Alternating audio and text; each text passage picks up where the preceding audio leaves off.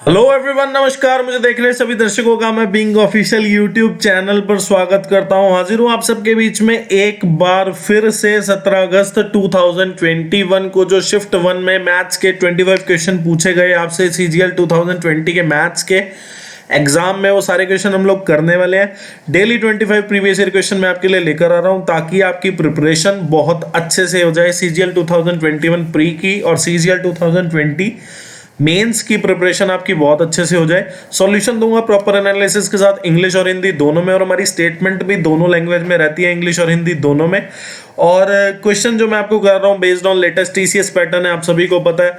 जो भी क्वेश्चन अभी तक सीजीएल 2020 में हम लोगों ने किए हैं, 13 अगस्त शिफ्ट 1 शिफ्ट 2 शिफ्ट 3 और 16 अगस्त को जो शिफ्ट 1 शिफ्ट 2 शिफ्ट 3 में टोटल मिला के 150 क्वेश्चंस मैं अभी तक करा चुका हूं। प्लेलिस्ट अभी आपको आई बटन पर दिख जाएगी। मैं प्रतीक सेठी, मेरा सीजीएल प्री 2019 में मैथ्स में स्कोर 50 आउट ऑफ 50 था और मेंस का स्कोर मेरा 197.5 आउट ऑफ 200 था।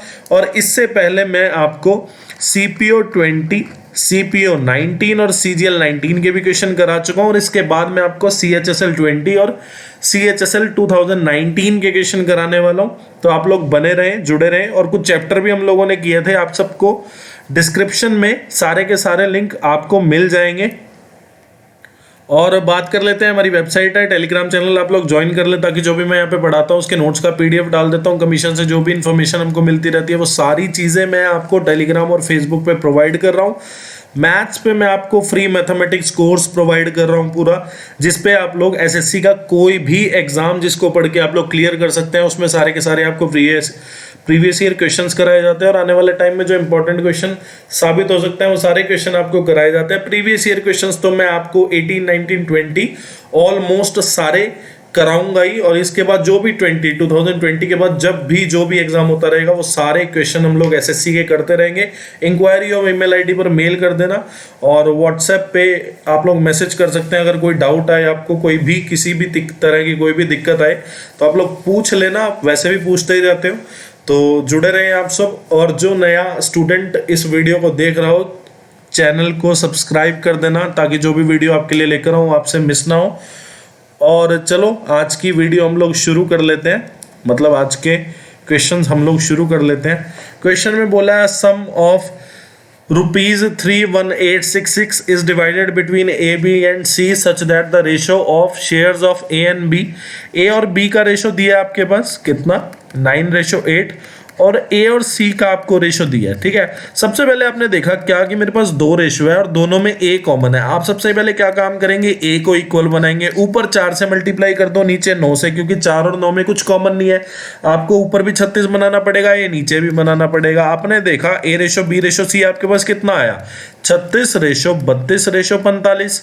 अब आप लोगों ने एक चीज देखी क्या कि जो 31,866 रुपए हैं वो ए बी सी में इस अनुपात में बांटने हैं। आपने देखा ए बी सी तीनों का जोड़ कितना, आपने देखा तीनों का जो जोड़ आपके पास आने वाला है वो आ जाएगा 36 में 32 जोड़े 68 में 45 जोड़े कितने हो गए 113। और टोटल कितना है, आपने देखा रेशो के हिसाब से टोटल आपका 113 आ गया ए बी सी का। और टोटल सम कितना है आपका 31,866। एक की वैल्यू निकाल लो, एक की वैल्यू कितनी आ जाएगी 113, 226 और यहाँ पे पहले 2 आ गया और फिर यहाँ पे आपका 8, 24, 8 आ जाएगा 2। ठीक है, तो आपका 282 एक की वैल्यू आ गई। और आपको पूछा गया है कि शेयर ऑफ बी बताना है, मतलब 32 की वैल्यू बतानी है। तो 282 को 32 से आप लोग मल्टीप्लाई करेंगे तो आप देखेंगे लास्ट में कि आपका यूनिट डिजिट जो है वो 2 से 2 को मल्टीप्लाई करके 4 बनेगा। मतलब एक ही ऑप्शन ऐसा है जिसका यूनिट डिजिट जो है वो कितना है 4। तो आपका जो आंसर आ गया वो कितना आ गया 90:24। ठीक है, क्वेश्चन में बोला है ए जो है takes 8 hour more than the time taken by B to cover a distance of 160 kilometre. अगर ए अपनी स्पीड को डबल कर देता है वो 3 घंटे ज्यादा लेगा बी से to cover the same distance. Speed of B पूछा है। देखो बहुत आसान क्वेश्चन है और ऐसे ऐसे क्वेश्चन हम टाइम स्पीड एंड डिस्टेंस में कर चुके हैं। पहले आपने देखा क्या कि बी अगर यहां पे पहुंच रहा है, मतलब बी अगर इतना टाइम ले रहा है किसी डिस्टेंस को कवर करने में, मतलब किसी डिस्टेंस को नहीं, 160 किलोमीटर के डिस्टेंस को कवर करने में, तो ए जो है आपको पता है कितना ज्यादा टाइम ले रहा है, ए जो है 8 घंटे ज्यादा ले रहा है। फिर क्या हुआ, ए की स्पीड जो है डबल हो गई, मतलब ए की जो स्पीड का रेशियो है वो डबल हो गया। पहले जो स्पीड थी वो थी 1, तो अब कितनी हो गई 2। तो स्पीड ऑफ ए जो है वो डबल हो रही है, मतलब स्पीड का जो रेशियो है इनिशियली और फाइनली कितना आ गया आपके पास, आपने देखा स्पीड का जो रेशियो है इनिशियली और फाइनली कितना आ गया, 1:2। तो आपको पता है स्पीड जो है इनवर्सली प्रोपोर्शनल टू टाइम होता है, क्योंकि स्पीड जो है डिस्टेंस अपॉन टाइम होता है, तो स्पीड जो है इनवर्सली प्रोपोर्शनल टू टाइम। तो टाइम का रेशियो कितना हो गया, 2:1। अब आपने देखा कि रेशियो के हिसाब से पहले 2 टाइम लग रहा था, अब 1 लग रहा है। फिर क्वेश्चन में बोला है आपको क्या, कि ए जो है 3 घंटे ज्यादा लेगा बी से अगर उसकी स्पीड जो है डबल हो जाए।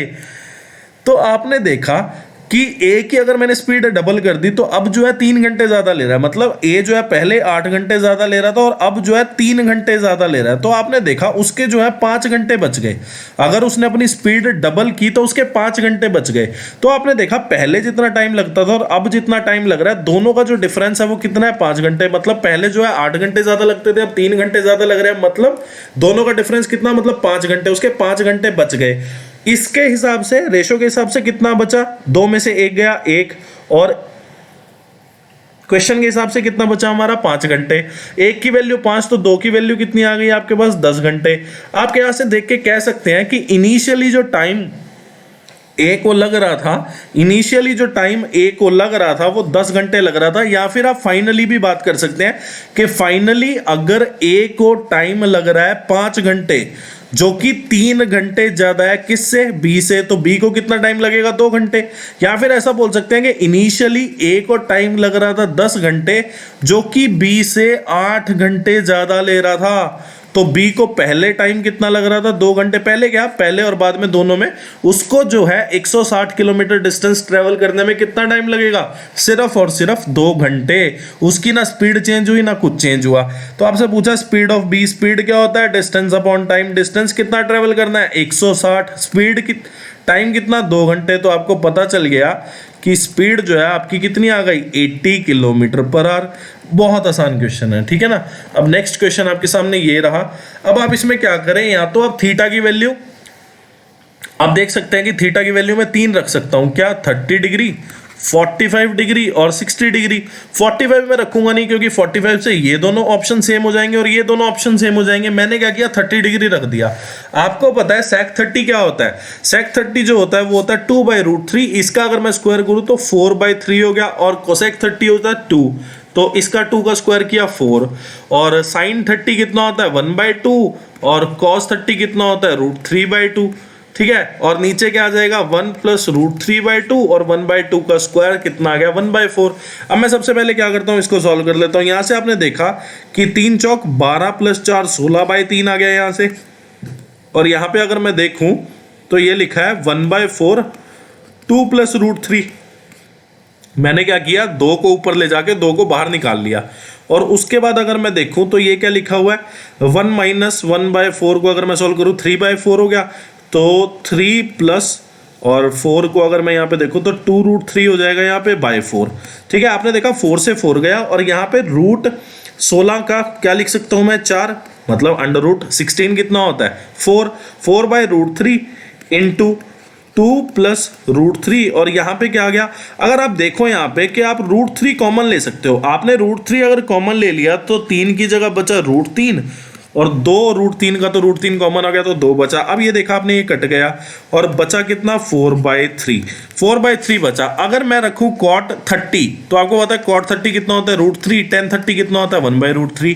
sec स्क्वायर 30 डिग्री जो होता है वो होता है 4/3, और cosec स्क्वायर 30 डिग्री कितना होता है 4, मतलब this one is the correct answer. Question में बोला है बाय सेलिंग एन आर्टिकल 640 रुपए में, a person loses 15% of its selling price. आपको ये चीज यहां पर ध्यान से देखनी है कि जो लॉस परसेंटेज दिया है वो किस पे दिया है, सेलिंग प्राइस पे। जनरली क्या होता है कि अगर कभी भी वो लॉस दे आपको, तो वो लॉस हमेशा कॉस्ट प्राइस पे होता है। तीन चीजें होती हैं देखो, अगर डिफॉल्ट दिया है, लॉस बोला है, सिर्फ लॉस, मतलब कुछ नहीं दिया, ना कॉस्ट प्राइस ना सेलिंग प्राइस, ये बोला है कि लॉस हुआ है और लॉस इतने परसेंट हुआ, तो आप मान ही लेंगे कि लॉस जो है कॉस्ट प्राइस पे निकलता है। और अगर मेंशन कर दे कि लॉस कॉस्ट प्राइस पे है, बहुत अच्छी बात है, तो आप समझ जाएंगे लॉस कॉस्ट प्राइस पे है। अगर आपको मेंशन करे कि सेलिंग प्राइस पे है, ओनली इन दिस केस आपको मानना है क्या कि लॉस जो है सेलिंग प्राइस पे है। 15% की वैल्यू कितनी हो गई, 3/20, ठीक है। 15% को आप लोग क्या लिख सकते हैं, 5 पे काट के 3/20। आपने देखा ये लॉस हो गया, ये सेलिंग प्राइस हो गया, तो कॉस्ट प्राइस कितना होगा, आपको पता चल गया कि कॉस्ट प्राइस होता क्या है, 20 में अगर मैं 3 ऐड करूं तो 23 आ गया। मतलब रेशो के हिसाब से जो कॉस्ट प्राइस आया आपका वो कितना आ गया, 23। सेलिंग प्राइस में अगर मैं लॉस को जोड़ता हूं तभी हमारे पास कॉस्ट प्राइस आता है ना। और अगर कॉस्ट प्राइस मैं प्रॉफिट के हिसाब से देखूं तो सेलिंग प्राइस में से प्रॉफिट माइनस करना पड़ता है। अभी आपको पता है क्या, सेलिंग एन आर्टिकल इतने का, मतलब सेलिंग प्राइस आपको दिया है, सेलिंग प्राइस की वैल्यू कितनी, 20 की वैल्यू आपको दे रखी है 640, एक की वैल्यू कितनी आ गई, 32, कॉस्ट प्राइस की वैल्यू आपके पास कितनी आ गई, 23 की वैल्यू निकाल लो, 23 इंटू 32। और फिर क्या बोला है, at what price should he sell it, at what price should he sell it to gain 15% on it cost price. मतलब अब वो कितने प्राइस पे बेचे ताकि वो कॉस्ट प्राइस का 15% प्रॉफिट कमा सके। अब ये कॉस्ट प्राइस, इस पे 15% प्रॉफिट कमाना है, मतलब 100 प्लस प्रॉफिट परसेंटेज बाय 100 हो गया। या फिर ये बोल सकते हैं कि कॉस्ट प्राइस से 15% ज्यादा वैल्यू पे बेचना है। कॉस्ट प्राइस की खुद की वैल्यू कितनी, 100%, 15% ऐड कर दो तो 115% हो गया, 115/100। अब आप इसको सॉल्व कर लो। आपने इसको सॉल्व किया तो आपने यहां से देख लिया कि मैं इसको सॉल्व करके वैल्यू जो हमारे पास आने वाली है वो आपके पास आ जाएगी 846.40, ठीक है। This one is the correct answer. अब ये वाला क्वेश्चन है, देखो बहुत आसान है। आपने देखा curved surface area of cylinder दिया, आपको पता है curved surface area of cylinder का फॉर्मूला क्या होता है, 2πRH। 2πRH की वैल्यू दी आपको 462। फिर आपको बोला है एरिया ऑफ बेस। आपको पता है सिलेंडर जो होता है वो कुछ इस फॉर्म में होता है, ठीक है। तो आपको पता है अगर सिलेंडर इस फॉर्म में होता है तो इसका जो बेस होता है, बेस मतलब ये जो है सर्कुलर है, तो एरिया ऑफ बेस आपके पास क्या आ गया, area of circle. Area of circle कितना होता है, πr²। πr² की आपको वैल्यू दी है कितनी, 346.5। अब यहां से आप r निकाल लेंगे इस इक्वेशन से, इसमें पुट करेंगे तो आप h निकाल लेंगे। वॉल्यूम की बात जब करेंगे तो वॉल्यूम का फॉर्मूला क्या होता है, πr²h। r और h इसमें पुट करेंगे, आंसर आ जाएगा। देखो मैं आपको करके भी दिखा देता हूँ। r² जो है 346.5 और 22 इंटू 7 हो गया। अब मैं देखता हूँ 11 पे काट देता हूँ। 11 पे अगर मैं इसको काट दूं तो आप लोग यहाँ पर क्या देखेंगे कि यहाँ पे आ जाएगा आपका 31.5, जिसको मैं बोल सकता हूँ 31.5 को मैं बोल सकता हूँ 63/2। तो आपने देखा 63/2 इंटू 2 इंटू 7, और 63 क्या होता है 7 इंटू 9। तो आपने देखा r की जो वैल्यू आएगी, √7 इंटू 7 कितना आ गया 7, √9 कितना 3, और √4 कितना 2। तो ये कितना आ गया आपके पास 21/2 सेंटीमीटर। कर्ड सरफेस एरिया के फॉर्मूला में पुट कर दो,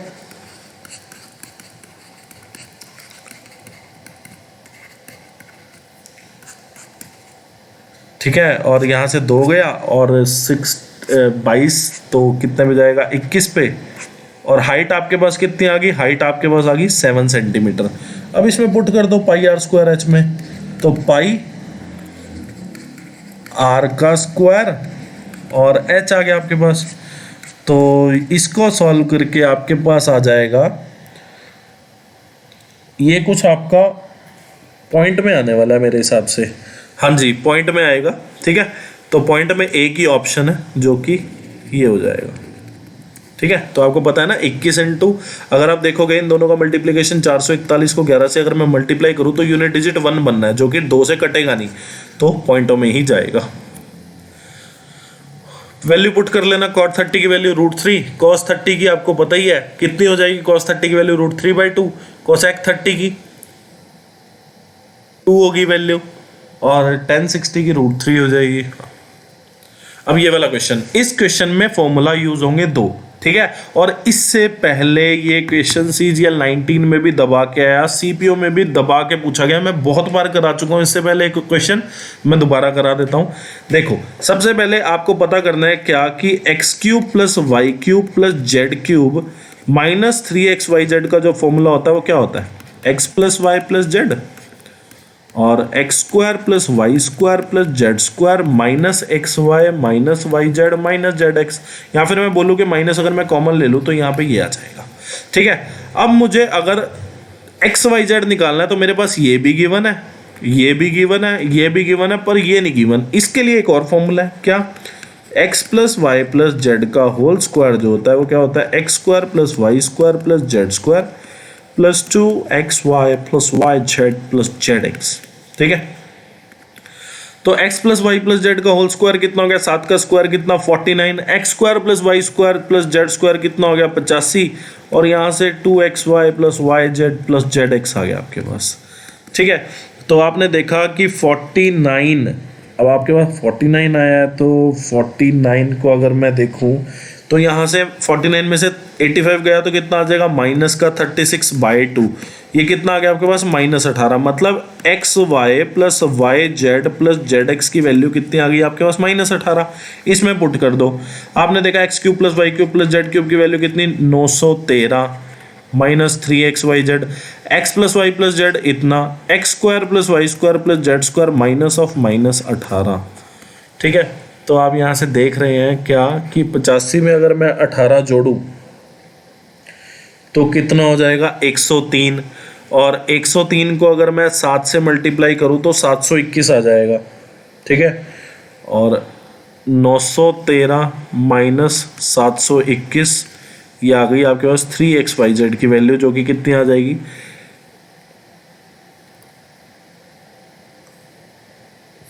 192। ठीक है, अब ये 3 जो है कितने पे जाएगा, 3 6 जा 18 4, तो xyz की वैल्यू आपके पास कितनी आ गई, 64। आपको बोला है कि इसका क्यूब रूट बताइए। क्यूब रूट क्या होगा, 4 चौक 16 चौक 64, तो 4 जो है आपका आंसर आ जाएगा। ठीक है, ध्यान से करना आप लोग, भाई 8 ऑप्शन देख के आप सोचो 64 का अंडर रूट पूछा होगा, ये क्यूब रूट भी देख लेना यहाँ पे। अब ये वाला क्वेश्चन है, सेम क्वेश्चन CGL 19 में 2 बार पूछा गया आपसे। ठीक है, जो कि मैंने आपको कराया भी था। तो ABC एक ट्राइंगल है जिसकी साइड है 5 सेंटीमीटर, 6 सेंटीमीटर और 7 सेंटीमीटर। AB को एक्सटेंड किया गया, कर दो, जो कि सर्कल को टच करेगा P पे, और AC को एक्सटेंड किया गया, सर्कल को टच करेगा Q पे। ठीक है, find the length of AQ की लेंथ पूछी है, मतलब यहां से लेके यहां तक की लेंथ पूछी है। ठीक है, अब आपको एक चीज ध्यान रखनी है, क्या कि A जो है एक एक्सटर्नल पॉइंट है सर्कल का, जो कि सर्कल के 2 पॉइंट पे टेंजेंट ड्रॉ कर रहा है, उन दोनों टेंजेंट की लेंथ इक्वल होगी। ये जो होगी हमेशा याद रखना, half of perimeter of triangle. मतलब जब भी ऐसा क्वेश्चन आपसे पूछा जाए तो आपको ये फॉर्मूला लगाना है। ठीक है, AQ जो है हाफ हो जाएगा, पैरामीटर कितना, 5 और 6 और 7, तो आपने देखा 7 6 13 5 18/2 कितना हो जाएगा, 9 सेंटीमीटर। हुआ कैसे, आपने मान लिया कि यहाँ पे जो पॉइंट है, कितना पॉइंट है, D। ठीक है, तो आपको पता है BD जो है इक्वल टू BP हो जाएगा, और CD जो है इक्वल टू CQ हो जाएगा। क्यों हो जाएगा, क्योंकि C एक्सटर्नल पॉइंट है सर्कल का, जो सर्कल के 2 पॉइंट पे टेंजेंट ड्रॉ कर रहा है, तो CD और CQ की वैल्यू इक्वल हो जाएगी। अब आपने देखा AB + AC + BC जो है आपके पास क्या आ गया, पैरामीटर। अब ये पैरामीटर BC जो है, आप इसको BC को BD + DC भी लिख सकते हो। BD की लेंथ कितनी, BP। ठीक है, मतलब BD को आप लोग, एक सेकेंड, और BD को आप BP के इक्वल लिख सकते हो, CD को आप CQ के इक्वल लिख सकते हो, और AB और BP को आप मिला के AP बना सकते हो, और AC और CQ को मिला के आप AQ बना सकते हो। तो आपको यहाँ से एक और चीज़ पता चल गई, क्या कि AP और AQ तो इक्वल है। ठीक है, तो यहाँ पे 2AP की जो वैल्यू आ गई वो किसके इक्वल आ गई, पैरामीटर ऑफ ट्राइंगल ABC। तो AP की जो वैल्यू आएगी वो कितनी आ जाएगी, half of parameter of triangle ABC, और वही वैल्यू AQ की आ जाएगी। अब ये वाला क्वेश्चन है, क्वेश्चन में बोला है इन ट्रायंगल एबीसी डी जो है point lies on A B, E और F lie on B C, D F जो है वो पैरेलल है ए सी के, डी ई जो है वो पैरेलल है ए एफ के, बी ई की आपको लेंथ दी है, ई एफ की लेंथ दी है, बी सी की लेंथ आपसे पूछी है। ऐसा ऐसा क्वेश्चन तो हम लोग कर चुके हैं, पिछली से पिछली शिफ्ट में क्वेश्चन आया है ये, मतलब ये मैं क्वेश्चन आपको करा चुका हूं ये 16 अगस्त 2021 की शिफ्ट 2 में, मतलब पिछली से पिछली वीडियो में हम लोग ये क्वेश्चन कर चुके हैं। तो आप लोग ये क्वेश्चन खुद से करना। उसमें क्या दिया था, उसमें आपको बीई दिया था, सीएफ दिया था और ईएफ की वैल्यू पूछी थी। अब की बार आपको बीई दिया है, ईएफ दिया और पूरी बीसी की वैल्यू पूछी है। सेम तरीके से क्वेश्चन सॉल्व होगा, सेम तरीके से। तो आप लोग खुद से ट्राई करना, आपके लिए HW है। किसी को डाउट आए कमेंट सेक्शन में मेंशन कर देना, मैं आपको करा दूंगा, कोई दिक्कत नहीं है। ठीक है, ये क्वेश्चन भी हम लोग बहुत बार कर चुके हैं, तो दोबारा देख लो फिर। ठीक है, एबीसी एक ट्रायंगल है, DE जो है पैरेलल टू BC है और D और E पॉइंट जो है वो AB और AC पे है। चलो ठीक है, अब आपको पता चल गया पहली बात तो, अगर DE पैरेलल टू BC है तो ट्रायंगल ADE जो है सिमिलर होगी ट्रायंगल ABC के। आपको पता है एरिया ऑफ ट्रायंगल ADE जो होगा और एरिया ऑफ ट्रायंगल ABC जो होगा वो DE और BC का स्क्वायर हो जाएगा, क्योंकि आपको मैंने बताया था जब भी दो ट्राइंगल आपस में सिमिलर हो तो उनकी साइड का जो प्रोपोर्शन होता है वो इक्वल टू पैरामीटर के प्रोपोर्शन के इक्वल होता है और equal to under root of area के प्रोपोर्शन के। तो एरिया का अंडर रूट हटाया हमने, साइड पे स्क्वायर लगा दिया। तो एरिया ऑफ ट्राइंगल एडी कितना है, 45, डीई की वैल्यू कितनी है 5, बीसी की कितनी है 8। तो आपने देखा एरिया ऑफ ट्राइंगल एबीसी कितना आ जाएगा आपके पास, 8 का स्क्वायर 64 इंटू 45 बाय 25, ये गया 5 पे, ये गया 9 पे। तो 64 इंटू 9 आपके पास कितना आ जाएगा 576 बाय 5, और ये कितने पे गया 1, 75 कितने पे जाएगा 115.2। तो 115.2 centimetre square is correct answer. ये वाला क्वेश्चन है बहुत अच्छा, बहुत बढ़िया क्वेश्चन है, बहुत ज्यादा बढ़िया।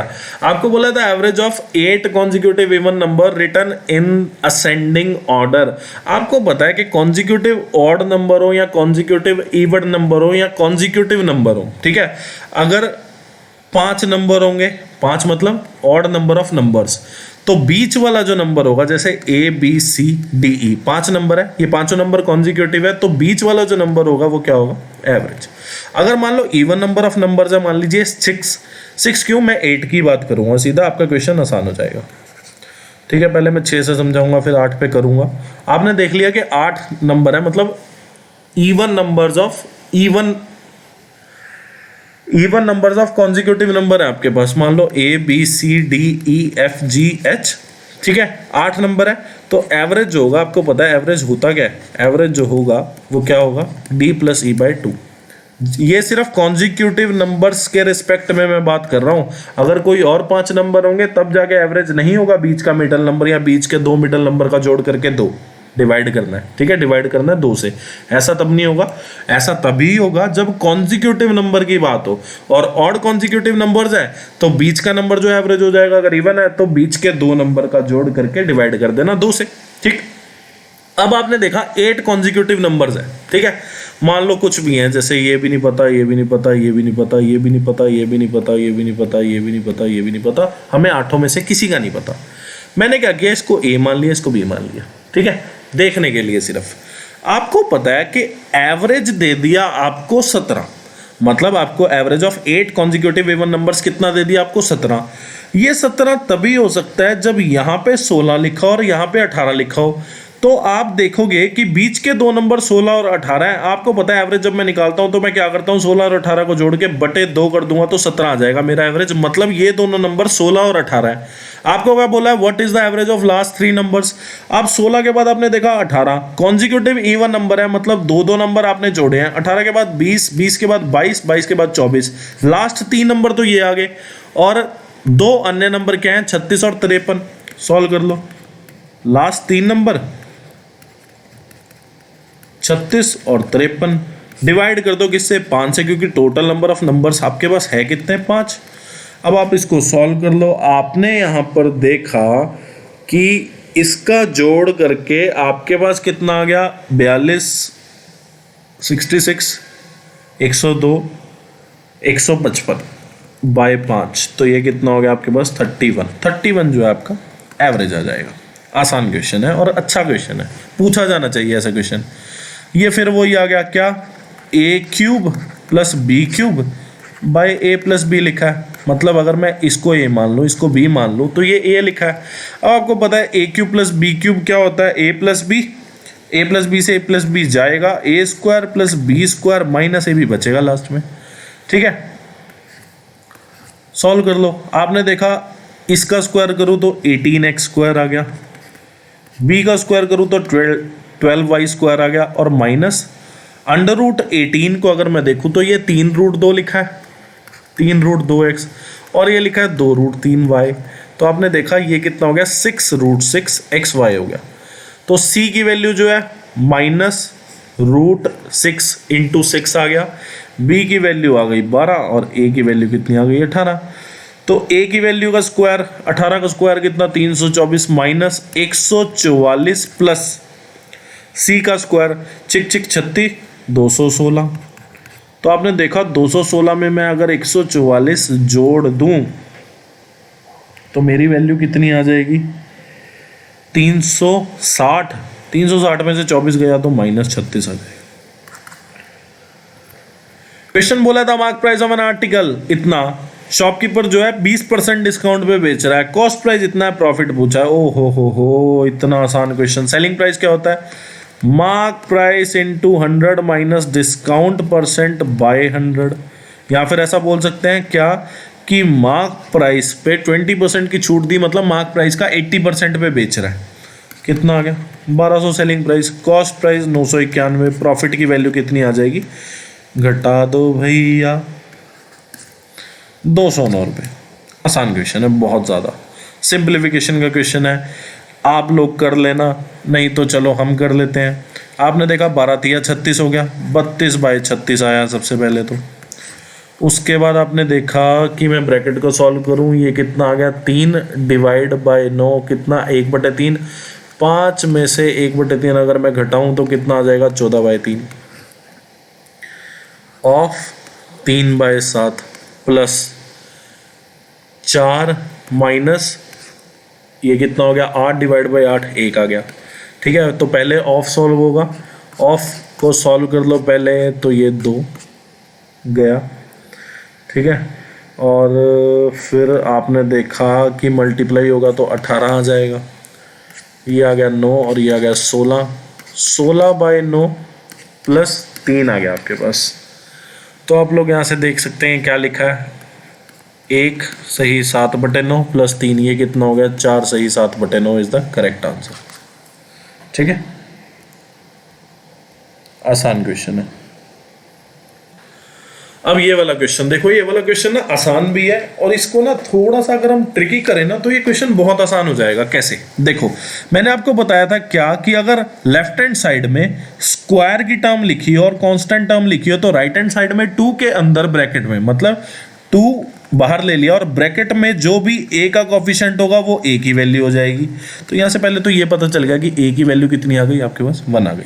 कैसे पता चला, लेफ्ट हैंड साइड में जो होगा, मैंने ये आपको CGL 19 और CPO 19 और CPO 20 के जब क्वेश्चंस कराए थे तो ये क्वेश्चंस भर के आए थे। तो मैंने सारे क्वेश्चंस में बताया था आपको क्या कि लेफ्ट हैंड साइड में जब वैल्यू आती है, जैसे a की वैल्यू देख लो तो लेफ्ट हैंड साइड में क्या है, स्क्वायर है और कांस्टेंट टर्म है। राइट हैंड साइड में क्या है कि 2 के अंदर ब्रैकेट में खाली a लिखा हुआ है, तो a का जो अंदर ब्रैकेट में कोफिशिएंट है वो है कितना, 1, तो a की वैल्यू आपके पास 1 आ गई, पहली चीज।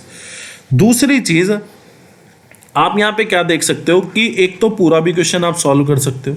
कैसे, 2a minus 16b minus 4b square, और इधर से कितना आ गया 17, और a square minus 2a plus 1, 17 में से मैंने एक a के साथ ले लिया, 16 में b वाले के साथ जोड़ दूंगा, तो 4b square plus 16b plus 16 और प्लस सी स्क्वायर रह गया।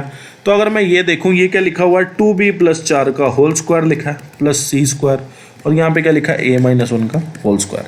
अब आपको पता है X square plus Y square plus Z square तभी 0 होगा जब एक्स वाई और जेड तीनों की वैल्यू किसके, 0 के इक्वल हो। तो आपने देखा a माइनस 1 की वैल्यू 0, तो a की वैल्यू 1, b की वैल्यू -2 और c की वैल्यू आपके पास 0 आ गई।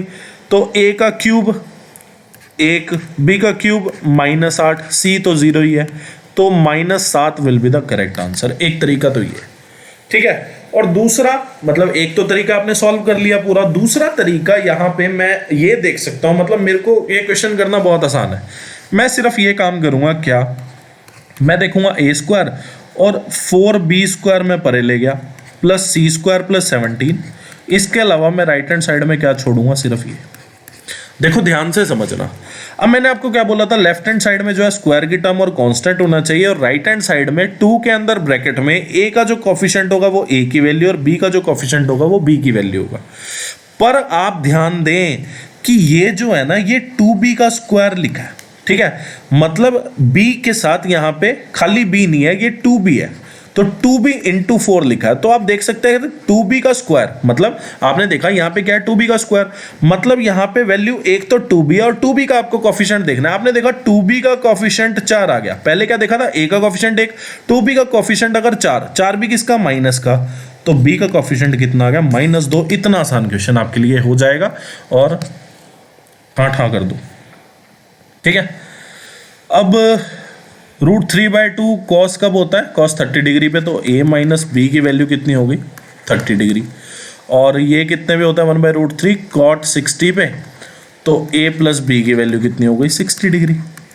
और यहाँ से आपको पता चल गया कि a जो है 45 डिग्री आ जाएगा और b जो है आपके पास कितना आ जाएगा, 15 डिग्री आ जाएगा, ठीक है, जब आप इन दोनों इक्वेशन को सॉल्व करेंगे।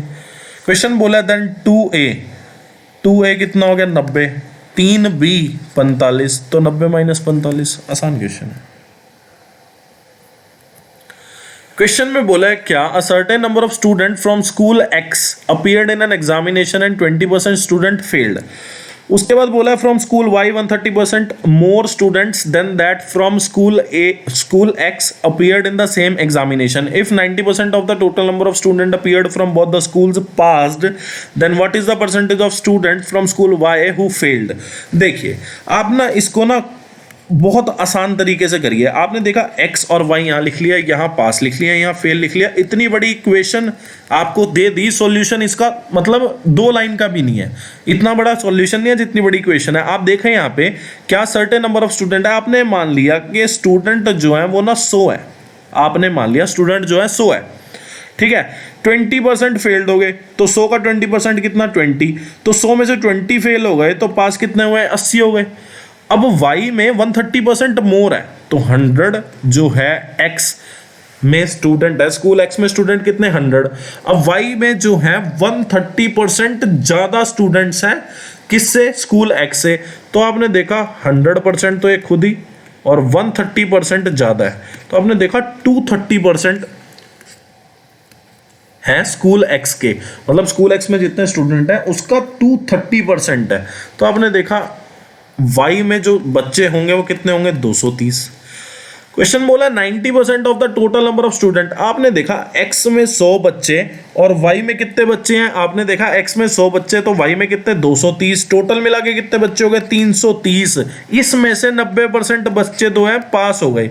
आपने देखा इसमें से अगर 90% बच्चे पास हो गए तो फेल कितने बच्चे हुए। आपने देखा कि अगर इसमें से 90% बच्चे पास हो जाते हैं तो 90% की वैल्यू पहले तो निकाल लो, टोटल नंबर ऑफ स्टूडेंट का 90% बच्चे पास हुए हैं। टोटल नंबर ऑफ स्टूडेंट कितने, 330, 90% निकाल लो इसका, आपने देखा 297 आ जाएगा, ठीक है। तो मतलब टोटल जो स्टूडेंट है वो 297 पास हुए हैं, जिसमें एक्स स्कूल के भी हैं, वाई स्कूल के भी हैं। एक्स स्कूल के कितने बच्चे पास हुए, आपने देखा एक्स स्कूल के पास हुए 80 बच्चे, तो वाई स्कूल के कितने बच्चे पास हो गए, 217। टोटल है 230, तो फेल कितने हुए, 13 बच्चे। क्वेश्चन बोला था what is the percentage of student from school Y who failed. आपने देखा फेल कितने हुए, 13। टोटल नंबर ऑफ स्टूडेंट कितने स्कूल वाई के, 230, 100। आप इसको सॉल्व करेंगे तो ये देखेंगे आप 130/13 23 आ गया आपके पास। तो 23 पंजे 115 और फिर 5 पॉइंट, एक ही ऑप्शन है 5.7% इसका करेक्ट आंसर होगा।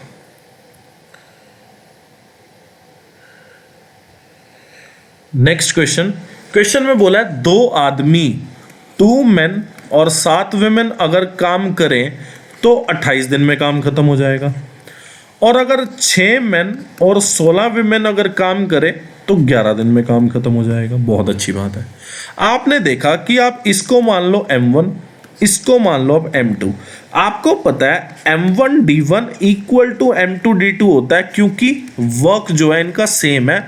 मतलब जिस काम को 2 मेन और 7 वुमेन ने 28 दिन में किया, उसी काम को 6 मेन और 16 वुमेन ने 11 दिन में किया। मतलब आपने देखा उसी काम को, मतलब दोनों का वर्क सेम। अगर दोनों का वर्क सेम हो जाए, मतलब पहले वाले ने भी उतना ही काम किया, दूसरे वाले ने भी उतना, तो M1D1 इक्वल टू M2D2 होता है। आपने देखा M1 कितना, 2 मेन और 7 वुमेन कितने दिन में काम कर दे रहे हैं, 28 दिन में। और M2 कितना है, 6 मेन और 16 वुमेन कितने दिन में काम कर रहे हैं, आपने देखा 11 दिन में। तो आपने इसको सॉल्व किया, सबसे पहले 2 पे काटा, ये 14 आ गया। ठीक है, तो आपने देखा 28M और यहाँ पे 98W और इधर 33M और इधर 88W। तो आपने देखा 10W जो है 5 मेन के इक्वल, तो मेन की जो वैल्यू आई वो 2 वुमेन के इक्वल आ गई। आपने देखा क्वेश्चन में क्या पूछा है, in how many days can 7 main complete the same work. मतलब मेन पे पूछा है भाई 7 मेन कितने दिन में काम कर लेंगे। आप सब कुछ मैन के हिसाब से चेंज कर दो। आप क्या करो, सेकंड इक्वेशन से सॉल्व कर लो। आपने देखा टोटल वर्क कैसे निकालोगे, total work equal to M1D1 equal to M2D2। मतलब या तो M1D1 से सॉल्व कर लो या M2D2 से। मैंने क्या किया, M2D2 से सॉल्व किया, क्योंकि अगर M1D1 से करता तो 7 वुमेन को मैं 3.5 मैन लिखता तो पॉइंटों में चला जाता, वो मैं करना नहीं चाहता। तो आपको यहाँ से पता चल गया कि 6 मैन तो है और 16 वुमेन है। 16 वुमेन की वैल्यू क्या हो जाएगी, 8 मैन। तो आपने देखा 8 मैन और 6 मैन कितने मैन हो गए, 14 मैन 11 दिन में काम कर रहे हैं। अब ये हो गया टोटल वर्क। अब इसी टोटल वर्क को 7 मैन ने करना है, तो कितने दिन में कर देगा, आपने देखा 22 दिन के अंदर निपटा देगा। ठीक है, तो ये क्या हुआ, M2D2 और नया M3 क्या आया आपके पास, M3 जो है 7 मैन आया। D3 निकालना है आपको, तो D3 की वैल्यू आपके पास आ गई। ठीक है, वर्क वही है जो करना है। क्वेश्चन में बोला है 94x29y6 जो है 72 पे जाना चाहिए। 72 के फैक्टर क्या है, 9 और 8। 8 का मतलब क्या हो गया, 8 का मतलब last 3 number must be divisible by 8। तो आपने देखा 906 8 पे जाएगा, नहीं जाएगा। 916 88 36 नहीं जाएगा। 926 88 और 46 नहीं जाएगा। 936 88 और 56 चला जाएगा। तो y की वैल्यू एक तो 3 आएगी। फिर आपको पता है क्या कि 8 5 जा 40 होता है, तो अगर मैं 40 ऐड कर दूं तो 976। एक वैल्यू इसकी 7 आ सकती है। मतलब y की दो वैल्यू पॉसिबल है, 3 और 7। ठीक है, अगर मैं y की वैल्यू 3 रखूं तो आप देखो 9 पे भी जाना चाहिए। 9 पे जाने का मतलब सम ऑफ द नंबर, मतलब sum of digit of number is divisible by 9। आपने देखा अगर मैं डिविजिबल बाय 9 बनाऊं तो सम ऑफ डिजिट करूं, 9 और 4 13, 13 और 2 15, 15 और 9 24, 24 और 3 27 और 6 33। तो 33 में मैं ऐसा क्या जोड़ूं सिंगल डिजिट नंबर जो मेरा 9 पे कट जाए। आपको पता है 33 में अगर मैं 3 जोड़ दूं तो क्या होगा, 36। 36 जो है 9 पे जाता है, तो x की वैल्यू 3 आ गई। उसके अलावा x की सिंगल डिजिट कोई भी वैल्यू पॉसिबल नहीं है जिससे आप लोग इसको 9 पे काट सको। आपको बोला है क्या कि x की वैल्यू y के इक्वल नहीं होनी चाहिए। मतलब y की वैल्यू अगर 3 आएगी तो x की वैल्यू मस्ट भी 3 आएगी। तो 3 इक्वल टू 3 तो होना नहीं चाहिए, मतलब ये दोनों वैल्यू कैंसिल। अब y की वैल्यू आप 7 रख दो। y की वैल्यू आपने 7 रखी तो आप यहां से देखोगे एक चीज कि अब जोड़ना शुरू करो। 9 और 4 13, 15, 9 24, 24 और 13 कितना हो गया आपके पास, 37। 37 में मैं ऐसा क्या जोड़ूं कि आपके पास 9 का मल्टीपल आए। आपको 37 में 8 जोड़ना होगा जो कि आपका 45 बना देगा। तो 45 जो है आपका 9 का मल्टीपल बन जाएगा। ठीक है, तो x की वैल्यू जो है आपके पास 8 आ गई, y की 7। अब दोनों इक्वल भी नहीं है, सॉल्व कर लो। 2 8 जा 16 और 3 7 जा 21। 16 में अगर मैं 21 जोड़ू तो आपका 37 आ गया, जो कि करेक्ट आंसर है।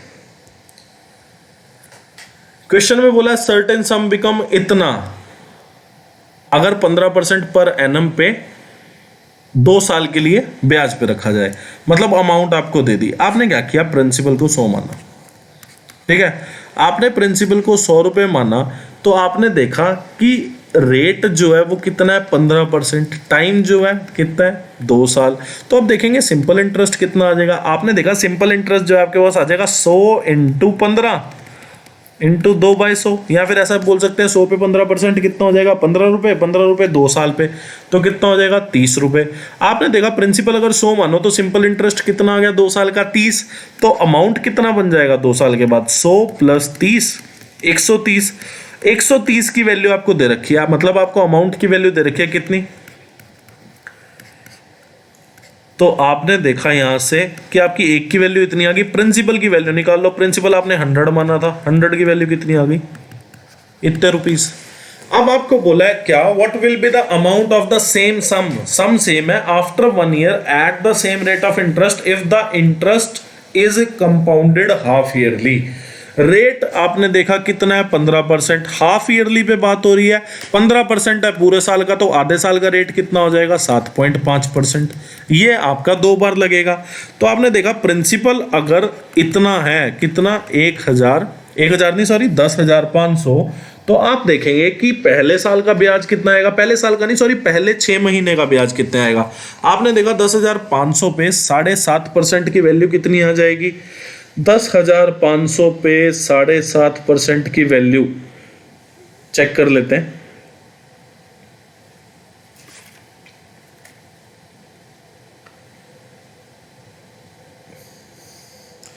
आपने देखा 10,500 पे 7.5% की वैल्यू कितनी आएगी, 787.5। ये तो पहले साल का ब्याज आ गया, पहले साल का नहीं सॉरी पहले 6 महीने का, ये आ गया पहले 6 महीने का ब्याज। अगले 6 महीने के बाद पहले अगले 6 महीने का ब्याज पहले तो प्रिंसिपल पे ही होगा। प्रिंसिपल कितना, 10,500 पे 7.5%, ये इतना आ जाएगा। उसके बाद 787.5 पे भी 7.5% आपको देखना पड़ेगा, जिसकी वैल्यू आपके पास आ जाएगी कितनी,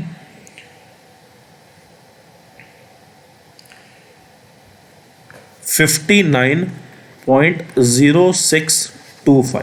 ठीक है, तो आपके पास पूरा 1 साल का 6 महीने में इतना ब्याज आया, अगले 6 महीने में इतना आया, टोटल ब्याज आपके पास आ कितना गया, मैं सॉल्व कर लेता हूं।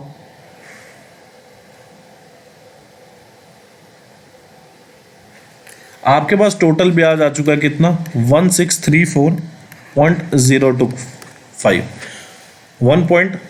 1634.0625 जो है आपके पास कंपाउंड इंटरेस्ट आ गया पूरे साल का।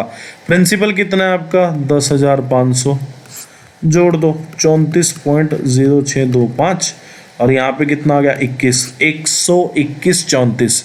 तो this one is the correct answer. ये जो है अमाउंट आ गई आपकी 1 साल के बाद। अब ये वाला क्वेश्चन है, क्वेश्चन में बोला है in a circle with centre O, circle है इसका सेंटर है ओ।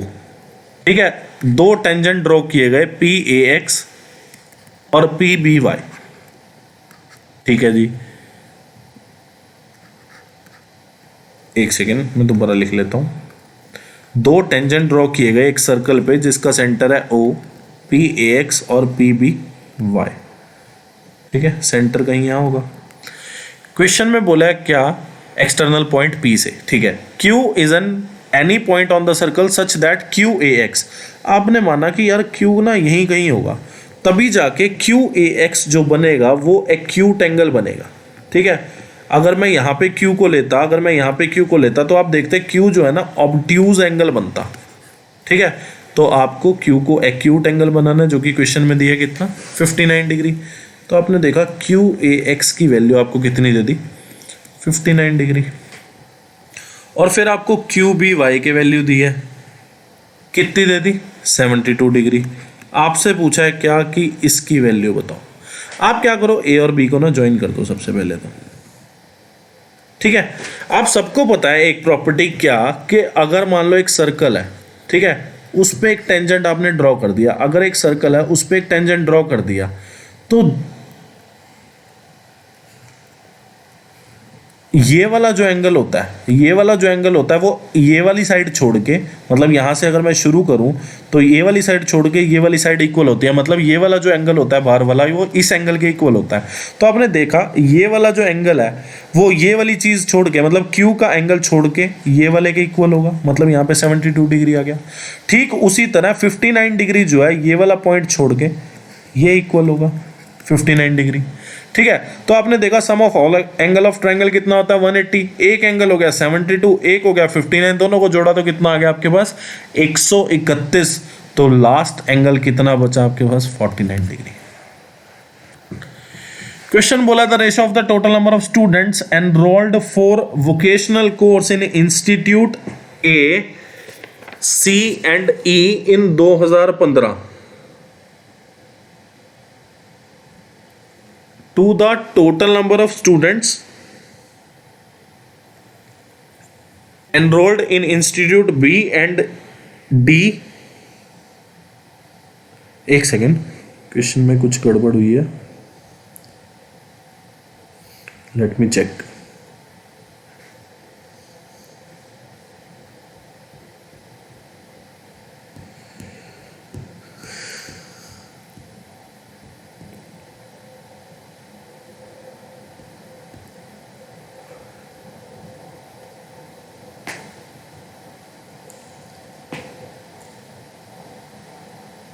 हाँ ये आ गया, ठीक है, सही क्वेश्चन है।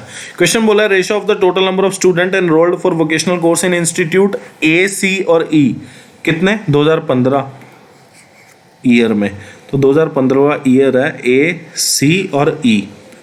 ठीक है, to the total number of students enrolled in institute B and D in 2017। ठीक है, तो आपने देखा कि 2017 में बी और डी में कितने स्टूडेंट एनरोल हुए 380, और इसमें कितने हुए 420 में अगर मैं 150 जोड़ूं तो कितना हो गया 570, 190 पे जाएंगे, 3:2 इज द करेक्ट आंसर। ठीक है, नेक्स्ट क्वेश्चन। क्वेश्चन में क्या बोला है, क्वेश्चन में बोला है the total number of students enrolled for vocational course in institute B, C और ई 2015 में, तो बी, सी और ई कितना हो गया 600 स्टूडेंट एनरोल हो गए। Is X% more than the total number of student enrolled in institute A, D, F, A, D और एफ 2016 में। ठीक है, तो अगर मैं इसको जोड़ूं तो 340 में 200 जोड़ूं तो 540, तो आपने देखा कितने परसेंट ज्यादा है, ये कितना ज्यादा है 60 ज्यादा है, किस पे 2016 ए, डी और एफ कितने हैं 540। तो आपने देखा कि यहां से जो वैल्यू आ रही है ये आ गया 9, 6 9 54, और 100/9 कितना होता है 11.11%। तो C is the correct answer. Next question. Question में बोला है the table show the daily income of 50 persons, study the table and answer the question. Less than 200 जो इनकम है वो 12 बंद हो गया, less than 250, less than 300। Question में बोला हाउ मेनी पर्सन अर्न ₹200 और मोर बट लेस देन 300। पहली बात तो आपने एक चीज देखी कि 300 से कम कितने बच्चों का, मतलब कितने बंदों का इनकम है। आपने देखा 300 से कम जो है ना 34 बंदों का इनकम है, और 200 से कम कितने बंदों का इनकम है, आपने देखा 200 से कम कितने बंदों का इनकम है 12, तो 34 में से 12 गया कितना 22। अब ये जो नंबर ऑफ पर्सन है इनका इनकम 200 से लेके 300 के बीच में लाया करता है, मतलब 200 से ज्यादा है 300 से कम। आपने पहले तो ये चीज देखी क्या कि 300 से कम कितने हैं 34, अब 300 से कम में 200 से कम भी आएंगे, 200 से कम कितने हैं 12, तो 34 में से अगर आप 12 घटा दो जो कि 200 से कम है तो आपके पास आ जाएगा कि 200 से 300 के बीच में जो इनकम है वो 22 बंदों की है। ठीक है, लास्ट क्वेश्चन। क्वेश्चन बोला by what percentage is the number of students studying in computer science in institute A and B, कितना आ गया है 105, more than the number of student studying arts in B and C, तो आपने देखा ये 100, कितने परसेंट ज्यादा है, आपने देखा 5 नंबर ऑफ स्टूडेंट ज्यादा है, किस पे पूछा है बी और सी आर्ट्स वालों पे, 5% वैल्यू आ गई। आसान क्वेश्चन है। ठीक है, तो आज की वीडियो के लिए इतना ही, मतलब आज की क्लास में इतना ही, और कल को हम लोग मिलेंगे दोबारा 17 अगस्त 2021 की शिफ्ट 2 के क्वेश्चंस करेंगे सारे के सारे। और तब तक के लिए आप लोग जुड़े रहें और सारी जगह आप लोग सब्सक्राइब कर दें, चैनल लाइक कर लें, मतलब वीडियो लाइक कर देना, चैनल को सब्सक्राइब कर देना, शेयर कर देना फ्रेंड रिलेटिव नॉन जो भी तैयारी कर रहा हो, कमेंट कर देना जो भी आपको क्वेश्चन HW के लिए दिए हैं उसके आंसर। और अगर किसी को कोई क्वेरी हो पूछ सकते हो आप लोग व्हाट्सएप वगैरह पे, या कमेंट सेक्शन में मैसेज कर सकते हो, आप लोग कमेंट कर सकते हो। फॉलो कर देना and thanks for watching this video. आप लोग खुश रहें, तैयारी करते रहें। Thank you.